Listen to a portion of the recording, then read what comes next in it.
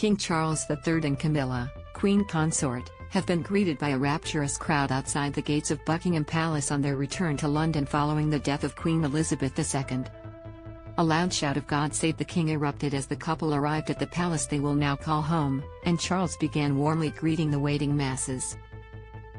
There were smiles, handshakes and even a few kisses as the new monarch met some of his subjects for the first time as king, before entering the palace for the first time in his new role. Read more. Details of period of mourning announced in one way, it was simply a grieving man returning home, but royal commentators said the moment signified much more. BBC Home editor Mark Easton said one of the king's security guards followed him closely, telling the waiting masses to put their phones down and enjoy the moment. "This was a huge moment, don't forget that, because this was the first time that the new king met his people on that line outside Buckingham Palace," he said.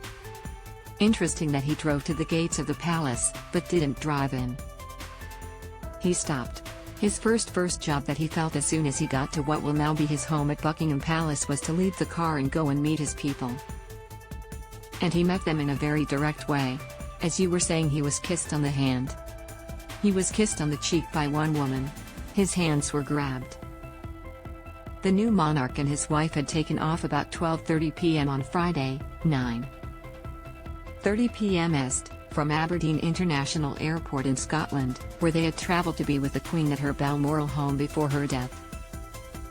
The king later held his first meeting with Prime Minister Liz Truss, just a few days after his mother had welcomed the new Tory leader into office.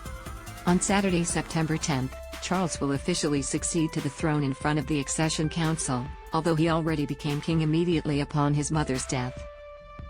As per tradition dating back to the 15th century, the Garter King of Arms, who is responsible for governing royal heraldry in England, Wales, and Northern Ireland, will step out onto the balcony at St James's Palace and officially proclaim Charles as the new king.